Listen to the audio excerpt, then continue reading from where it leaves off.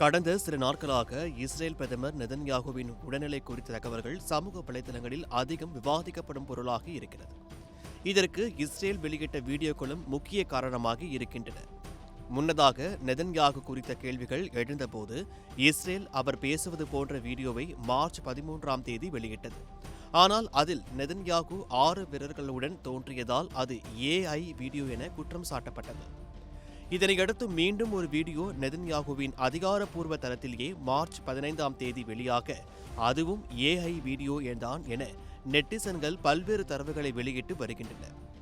இடது கை பழக்கம் கொண்ட நெதன்யாகு காஃபியை வலது கையில் பிடித்து அருந்துவது, அவரின் நிழல் கீழே விழாதது, குடித்த பிறகும் கொஞ்சமும் குறையாமல் காஃபி அப்படியே இருப்பது போன்ற விஷயங்கள் இதுவும் மற்றொரு AI வீடியோ தான் என தெரிவிக்கிறது.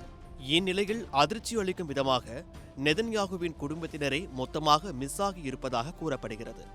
நெதன்யாகு, அவரின் மனைவி சாரா நெதன்யாகு, சகோதரர் ஹிட்டோ நெதன்யாகு, மகன் யாயர் நெதன்யாகு ஆகியோர் பொதுவெளியில் தோன்றிய பல நாட்கள் ஆகிவிட்டதாக தெரிகிறது. இதேபோல இஸ்ரேலின் விமானப்படை தளபதி டோமர் பாரா, மொசட் தலைவர் டேவிட் ஃபர்னியா மற்றும் பாதுகாப்பு அமைச்சர் பென் கிவிர் ஆகியோரின் நிலை குறித்தும் இஸ்ரேல் தரப்பில் இருந்து தகவல்கள் எதுவும் இல்லை.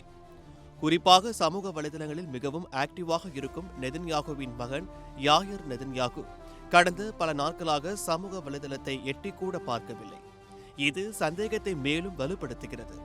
இந்த அதீத அமைதிக்கு 2 காரணங்கள் சொல்லப்படுகின்றன. ஒன்று, குடும்பத்துடன் நெதன்யாகு கொலை செய்யப்பட்டிருக்க வேண்டும், இல்லையெனில் காயமடைந்து சிகிச்சைக்காக அனுமதிக்கப்பட்டிருக்க வேண்டும். இதில் எது உண்மை என்பது தெரியவில்லை. எனவே இது தொடர்பாக ஒரு பிரஸ் மீட் வைத்து இஸ்ரேல் உண்மையை உலகிற்கு தெரிவிக்க வேண்டும் என சமூக வலைதளங்களில் கோரிக்கைகள் வலுத்து வருகின்றன.